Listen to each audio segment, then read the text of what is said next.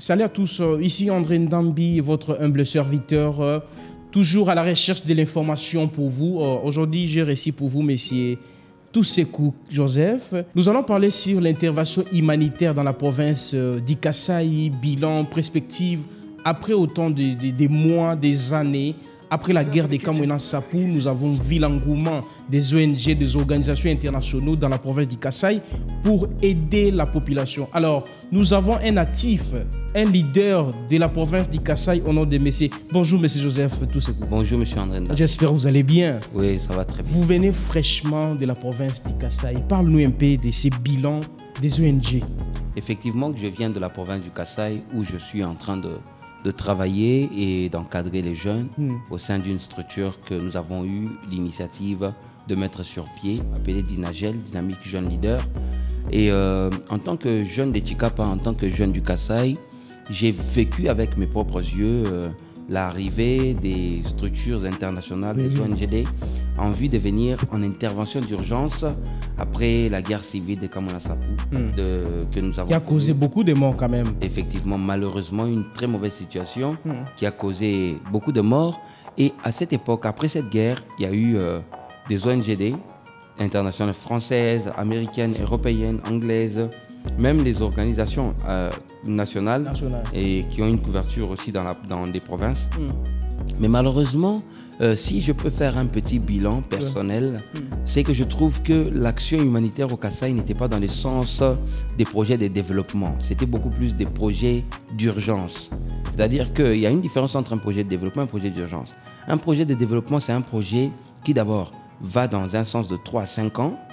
Et puis c'est un projet qui permet à la population, après le passage de l'ONGD ou de la structure, que la population puisse poursuivre le projet d'une certaine manière et se prendre en charge pour son développement. On pérenniser ça. Voilà, là on parle de l'agriculture, on parle de l'élevage par exemple. Même la formation, on peut faire des centres de formation ou créer des écoles, des universités, des hautes études qui vont faire que, avec l'investissement intellectuel, la population puisse rester, trouver des débouchés pour son développement personnel. Mais malheureusement, la plupart d'ONGD qui ont intervenu dans la province du Kasaï étaient venus avec des projets de cash distributeur, par exemple, où on était en train de distribuer de l'argent en cash à la population. On va dans une localité, on va donner aux gens 100 000 francs à chacun. Après, avec ces 100 000 francs-là, croyons que la population va injecter cet argent dans les circuits économiques. Ils n'avaient pas la politique de faire le suivi, d'apporter des projets. Il y avait des suivis. Ils ont fait le monitoring, comme ils appellent ça dans leur jargon. Sauf que cet argent, lorsque vous donnez à un paysan de l'argent, 100 000 francs au village, et qu'il n'utilise ça que pour manger, pour épouser une deuxième, troisième femme, vous l'avez appauvri davantage. C'est comme si ces projets d'urgence étaient là pour compliquer la situation davantage.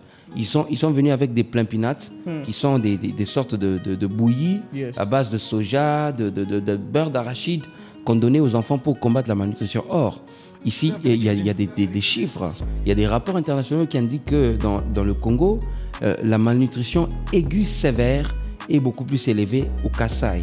Kinshasa est deuxième, je crois, le Kasaï est premier, avec cette situation de malnutrition. Et lorsque vous appuyez les gens avec des plein-pinates pour un petit délai, vous voyez, d'ailleurs, pour votre information, les plein-pinates, là, lorsque ça vient, comme c'est empaqueté, ça ressemble à de la beurre d'arachide, à de la margarine. Les gens ont ils ont créé un circuit commercial où on commence à les vendre au marché. Or, ce sont des produits sur lesquels on a dit ne peut être vendus. Comment au TK, ils vendent ça sur les marchés, tout le monde achète et ça fait un petit commerce au lieu de les manger pour combattre la malnutrition. Il y a eu par exemple des projets où ils sont venus distribuer des motos, distribuer des torches. Vous voyez, ce ne sont pas des projets à impact visible à long terme. Voilà, ça c'est mon petit bilan par rapport à l'intervention humanitaire dans la province du Kasaï, particulièrement dans la ville de Tchikapa. Mais monsieur Joseph Tousekou, vous êtes un jeune leader. Oui, monsieur André. Face à cette situation, comment la province de Tchikapa peut surmonter? Vous savez, ça fait mal. Lorsque le gouvernement provincial a vu venir des ONG, au lieu de poursuivre ou de concevoir des projets autonomes, il y a Yemoko de son côté, parce que ça fait partie de la responsabilité du gouvernement provincial.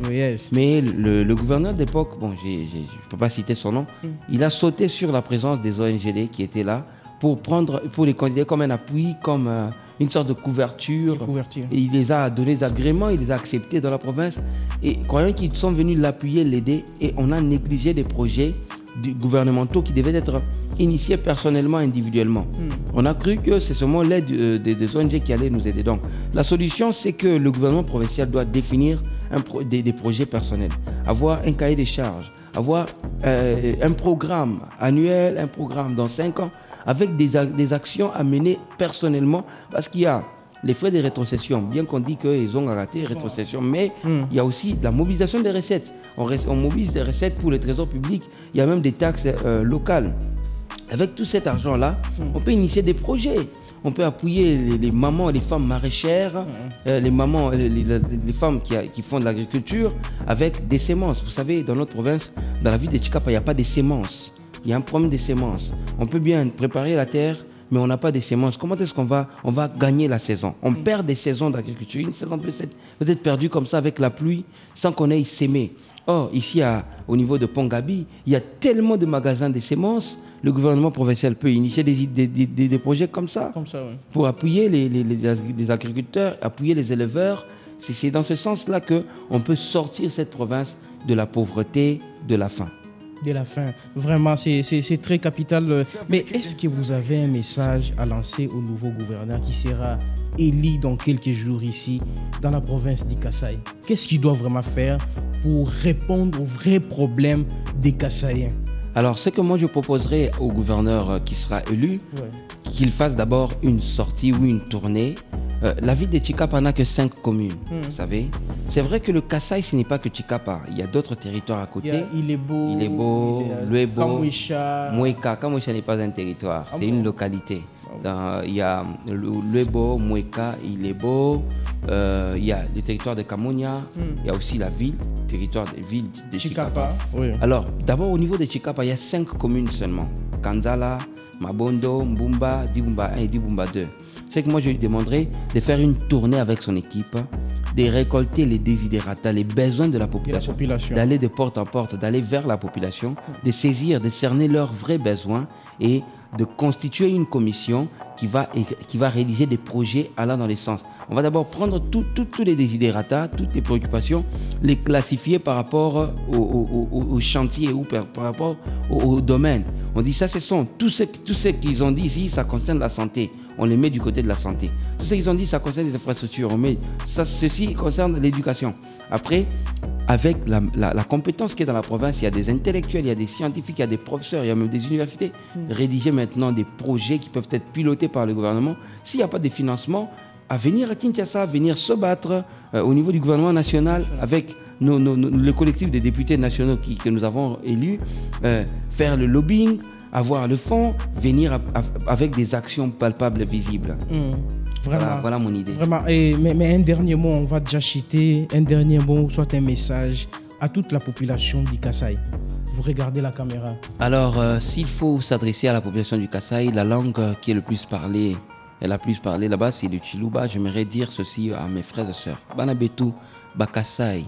Chikondo chitujitidi chimpa bikole nzambi mutu peshanga swate tukusungula bantu dibo ja kumaya tukusungula bantu bajimuncha kutulombola tukaba jiki jama sungula ba chipita munafwanka na kusungula bantu banu basungula bajiba twakwile kune kuchinsansa kaji bijibitangila governor wa province bijibile le bwana tetu population ka tetu musungula to bajimusungula ba chipita munafwanka bitu ba province kaji eyo sojo patuka gouverneur ndinu lombo bwane tumuto ampanda tumukwacha enza muji mwenda ujimanya 5 ans bijumbi 5 kabine bikesa to bijumbi 5 bibi abunyi wabantu kwezi malo abunyi kaji tutujimije bijumbi 5 mujilonda kashe malo makesi katu nekeji ba député e ba politicien bikala batombule mujiba soto patutujimije bijumbi 5 katu iben chintu mu province wetu to bajiba tuseka kujibene province biko mutu tujala bashaji la kunyima katu lonji polémique to katu sunguji kanto ujupa tuka governor wetu tuincha kumkwachisha tuja menjo soto inao tulona kujiyi bwana yeye apeta moyo kwenza muji mwende bimpa ni kwambulisha province wetu katu kaji bwana tukatuitumwela michimune wa mikolo tumwela mabatonda le rubwana akuluka tukonatra michete tukujika bantu mtakene musamusha nasha tukala ni jinanga tukala baji kwachisha bwana tukwashi bene fumwaji tunga bwali mfumwaji tunga mwane to mukasai ye umuna bwana tujindi nanga tutwenze mujimu tujini meji mimpa ne tujini mulujiri muningove na wetu bajima tukwasha tuyikumpala